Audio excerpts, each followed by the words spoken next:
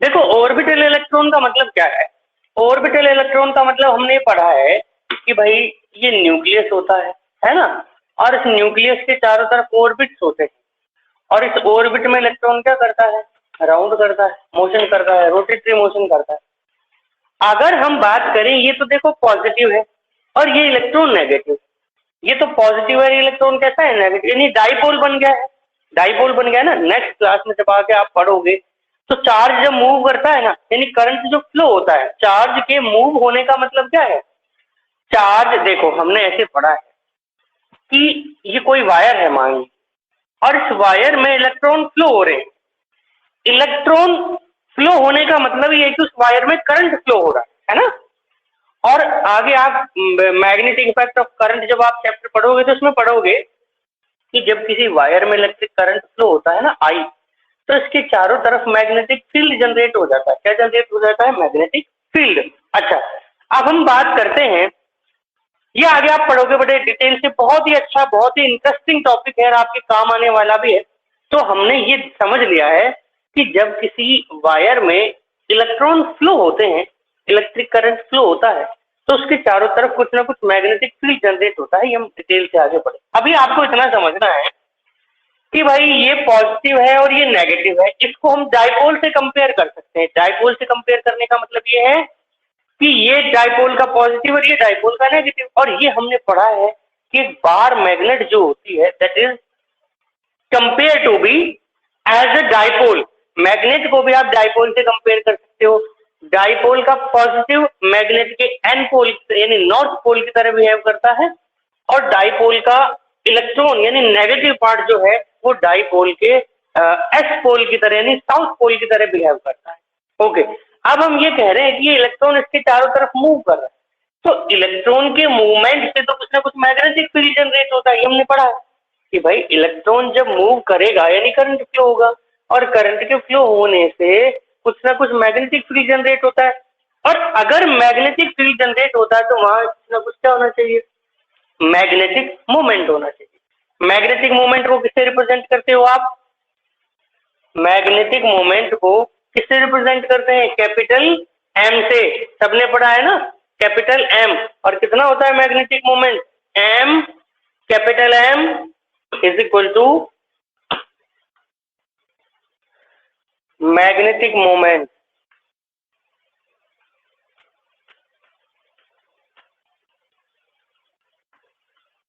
कितना होता है मैग्नेटिक मोमेंट? अगर हम बात करें जनरल मैग्नेटिक मोमेंट का, तो इससे किससे रिप्रेजेंट करते हैं? कैपिटल एम से। कैपिटल एम से रिप्रेजेंट करते हैं। Capital M is equal to कितना होता है?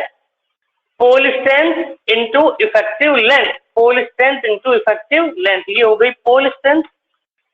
पोल स्ट्रेंथ और ये हो गई इफेक्टिव लेंथ। अब हम ये कह रहे हैं मैग्नेटिक मोमेंट, जैसे आपने डाइपोल मोमेंट पढ़ा था, P is equal to q into d, ये पढ़ा था, P is equal to q into d. तो यहाँ इस P को तो हमने किससे रिप्रेजेंट किया है मैग्नेटिक के लिए? M से। ये जो चार्ज था इसको किससे रिप्रेजेंट किया है? पोल स्ट्रेंथ स्मॉल m से। और ये जो डिस्टेंस थी इसको हमने रिप्रेजेंट किया है इफेक्टिव लेंथ से। फर्क कुछ भी नहीं है, बिल्कुल वही चीज है जैसे वहां आपने पढ़ा था P is equal to q into d. ऐसे ही आप पढ़ोगे M is equal to small m into l. तो स्मॉल m तो क्या है? पोल स्ट्रेंथ, यानी वहां जो चार्ज था यहाँ चार्ज क्या है? Small m। वहां जो दोनों चार्ज के बीच की डिस्टेंस दी थी, यहाँ हम इफेक्टिव लेंथ लेते हैं। दोनों पोल के बीच की जो डिस्टेंस उसको हम लेते हैं। ठीक है, अच्छा, यहां तक की बात नोट कर लीजिए आप, रफ कॉपी में नोट कर लो।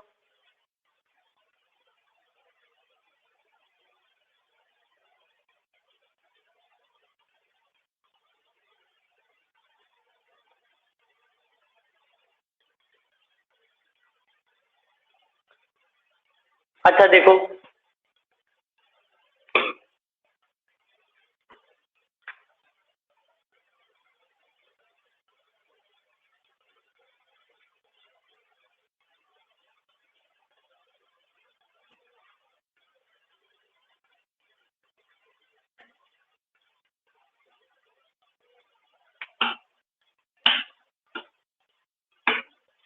हमने क्या पढ़ा था, ये न्यूक्लियस है ना, और इस न्यूक्लियस के चारों तरफ इस तरीके से इलेक्ट्रॉन चक्कर लगा रहा है।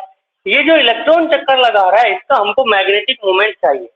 हमेशा आपको ये याद रखना है, ये टॉपिक आपको, इसका डेरिवेशन भी है, आगे के जब हम चैप्टर पढ़ेंगे वो आपके सेमेस्टर में आएंगे, अगले सेमेस्टर में आएंगे, तो वो आप आगे भी पढ़ोगे, लेकिन फिलहाल आपको याद रखना है इसका जो मैग्नेटिक मोमेंट होता है m, that is equal to n i a, इतना होता है, ये आपको याद रखना। m is equal to n i a। m क्या है, हेयर m तो क्या है, magnetic moment, magnetic moment of orbital electron. Orbital electron का मतलब ये कि जो ऑर्बिट में चक्कर लगा रहा है ना इलेक्ट्रॉन, उसका मैग्नेटिक मोमेंट है। n क्या है, n नंबर ऑफ ऑर्बिट या टर्न्स भी हम कह सकते हैं, यानी चक्कर कितने लगा रहा है, नंबर ऑफ टर्न कितने, यानी कितने ऑर्बिट को घूम लिया है, वो नंबर की हम बात करेंगे। 5 चक्कर लगाए तो 5 ऑर्बिट हो गए, 6 चक्कर लगाए तो 6 ऑर्बिट हो गए, तो नंबर ऑफ टर्न्स की हम बात करें, है ना, नंबर ऑफ टर्न्स की हम बात करें, ठीक है। अगली हम बात करें I, I is equal to electric current.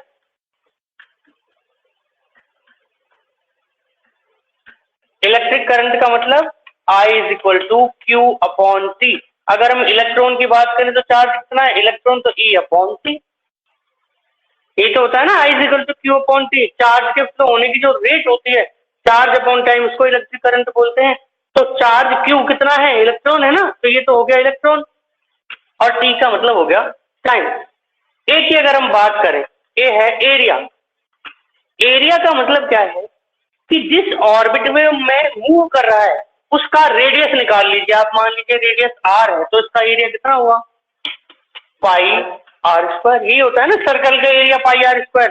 तो जितनी रेडियस के ऑर्बिट में वो मूव कर रहा है, रोटेट कर रहा है, घूम रहा है, हमको ये देखना है कि उसका एरिया कितना है। और एरिया कैसे निकालते हैं, सर्कल का area a is equal to pi are square, और किससे निकालेंगे, रेडियस से, ठीक है। तो हमने मान लिया कि इसकी रेडियस अगर आर है तो यहाँ ए इज इक्वल टू एरिया हो जाएगा पाई आर स्क्वायर, ठीक है।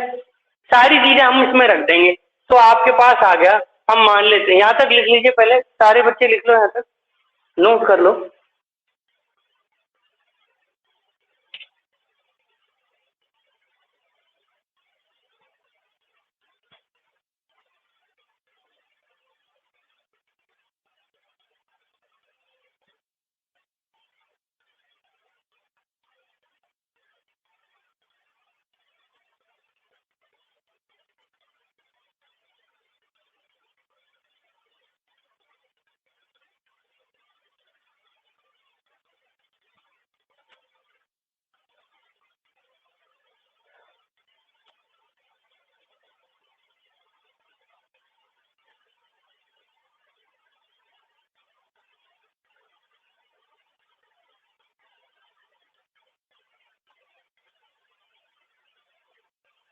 राज सिंह राजावत,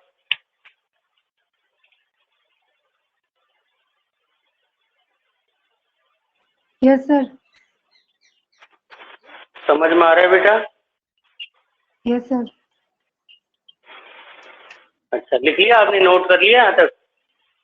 हाँ सर। चलो ठीक है। अब हम ये देखना चाह रहे हैं कि आपने लिखा है मैग्नेटिक मोमेंट होता है m is equal to N I A, इतना मैग्नेटिक मोमेंट होता है इसका ऑर्बिटल इलेक्ट्रॉन। आपको याद रखना है। अच्छा, इसको हम आगे डिटेल से पढ़ेंगे, लेकिन अभी आपको याद रखना है ना। देखो दोबारा सुन लीजिए, आप क्या पढ़ रहे हो कि भाई किसी भी एटम में जो होता है ना, एटम, उसमें क्या होता है, न्यूक्लियस होता है। न्यूक्लियस के चारों तरफ क्या होते हैं, ऑर्बिट्स होते हैं जिसमें इलेक्ट्रॉन रोटेट करता है। तो हम ये पढ़ना चाह रहे हैं कि वो जो इलेक्ट्रॉन ऑर्बिटल मोशन करता है, चारों तरफ जो मूवमेंट करता है, उसका मैग्नेटिक मोमेंट कितना होता है। तो कितना होता है, m होता है एन आई ए, इतना होता है। अब हम मान लेते हैं, दोनों सारी चीजें आपने पढ़ ली, n भी पढ़ लिया। What is n? n is the number of turns और number of orbit. I is equal to Q upon C and A is equal to pi are square. Let हम ये मान लेते हैं कि n इज इक्वल टू 1, यानी number of turn जो है, नंबर ऑफ टर्न है वो कितने हैं, 8, यानी एक ऑर्बिट की हम बात कर रहे हैं, केवल एक चक्कर की हम बात कर रहे हैं, ठीक है। ओके, तो I इज इक्वल टू कितना हो जाएगा, I इज इक्वल टू आपके पास हो जाएगा Q अपॉन T, यानी E अपॉन T। ओके, लेकिन हम ये देखें T का मतलब क्या है, T का मतलब है टाइम, T का मतलब है टाइम, T का मतलब क्या हुआ बेटा,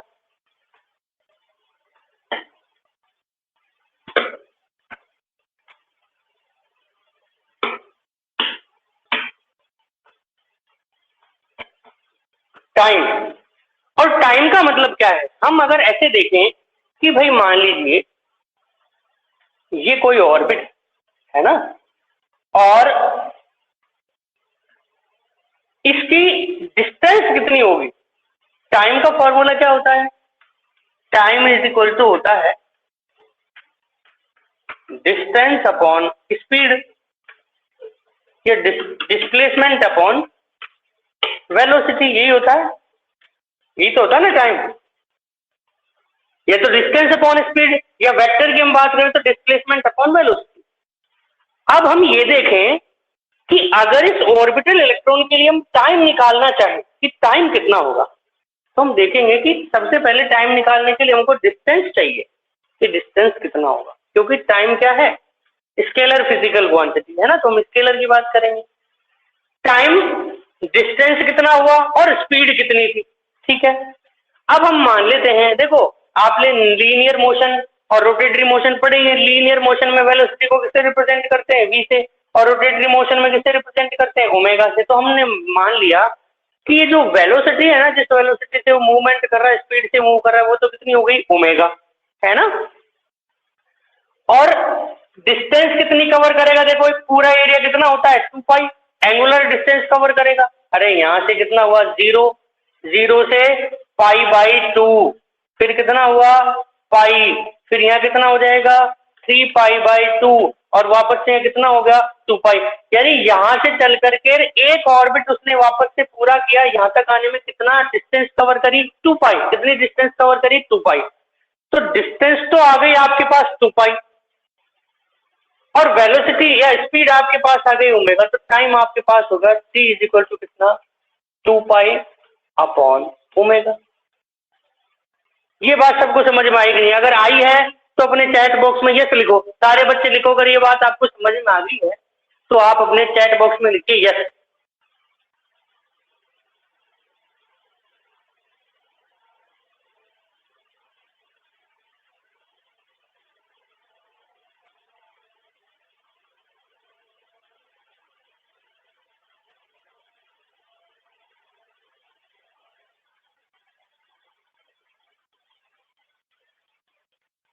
देवांशु सोनी,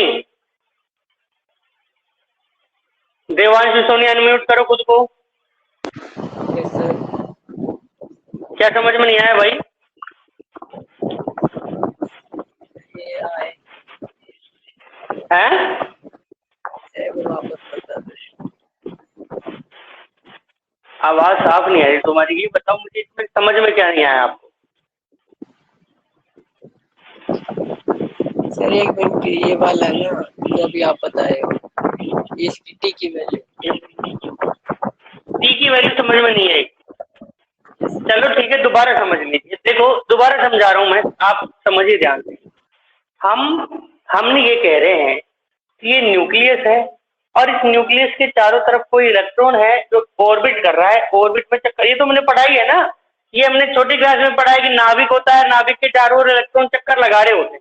हम ये कह रहे हैं कि इस न्यूक्लियस के चारों तरफ जो इलेक्ट्रॉन चक्कर लगा रहे हैं उसका मैग्नेटिक मोमेंट कितना होता है, तो हमने लिखा कि उसका magnetic moment m is equal to NIA होता है।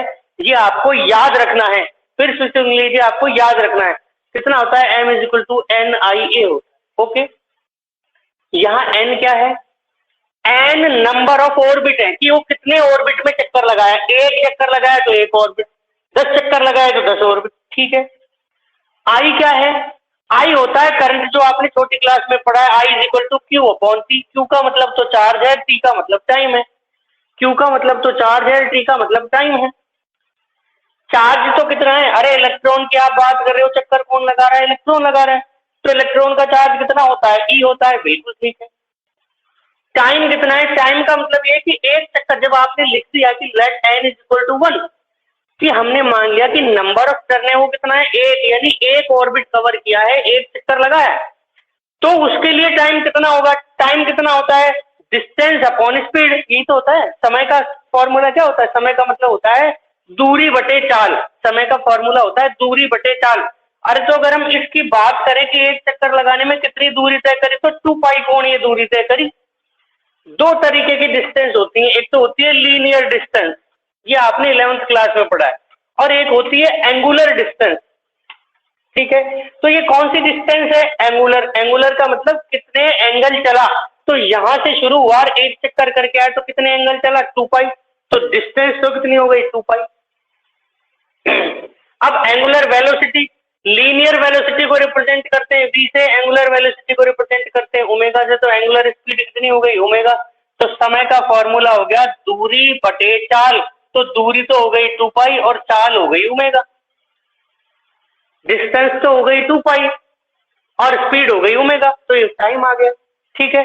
अगली बात करते हैं हम ए की। ए क्या है, क्रॉस सेक्शनल एरिया है। क्रॉस सेक्शनल एरिया कितना होता है, सर्कल की बात करो आप, ये सर्कल दिखा है ना आपको, एक सर्कल, तो सर्कल का क्रॉस सेक्शनल एरिया कितना होता है, पाई आर स्क्वायर। अरे सबने पढ़ा है, छोटी क्लास में पढ़ा हो, ये कोई बड़ी बात नहीं है, आज की पढ़ाने की चीज नहीं है, ठीक है। तो आपने ये पढ़ लिया कि भाई एरिया की अगर हम बात करें, ए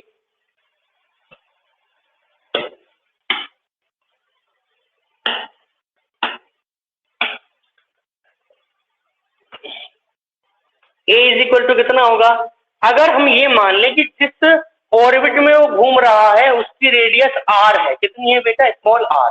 जिस रेडियस में इलेक्ट्रॉन चक्कर लगा रहा है, जिस रेडियस में इलेक्ट्रॉन चक्कर लगा रहा है उसकी रेडियस कितनी है, आर। अगर रेडियस आर है तो एरिया कितना होगा, पाई आर स्क्वायर होगा।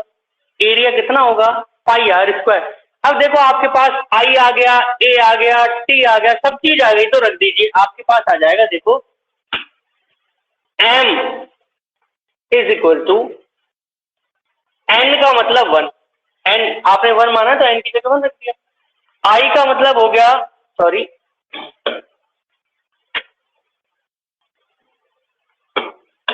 i का मतलब हो गया देखो कितना, e अपॉन टी, तो आपके पास आपने रख दिया e अपॉन टी। ये e क्या है, इलेक्ट्रॉन का चार्ज 1.6 इंटू 10⁻⁹ जो आपने पहले चैप्टर में पढ़ा, ओके। आई हो गया। ए का मतलब क्या है, ए का मतलब पाई आर स्क्वायर, तो आपने रख दिया पाई आर स्क्वायर, ठीक है। टी की वैल्यू आपने निकाल रखी, कितनी होती है, 2 पाई अपॉन ओमेगा, तो रख दीजिए, तो आपके पास आ गया m इज इक्वल टू 1 का मतलब तो 1, e upon 2 pi upon omega, और कितना, पाई आर स्क्वायर, ठीक है। ओमेगा ऊपर चला जाता है भाई, यहां से डिवाइड हो रहा है तो डिवाइड वाला ऊपर चल जाएगा ना। आपके पास आ गया m is equal to e upon 2 pi, omega चला गया ऊपर, और इधर क्या चल रहा है, पाई आर स्क्वायर, पाई से पाई कैंसिल, तो आपके पास आया m is equal to half e omega r square.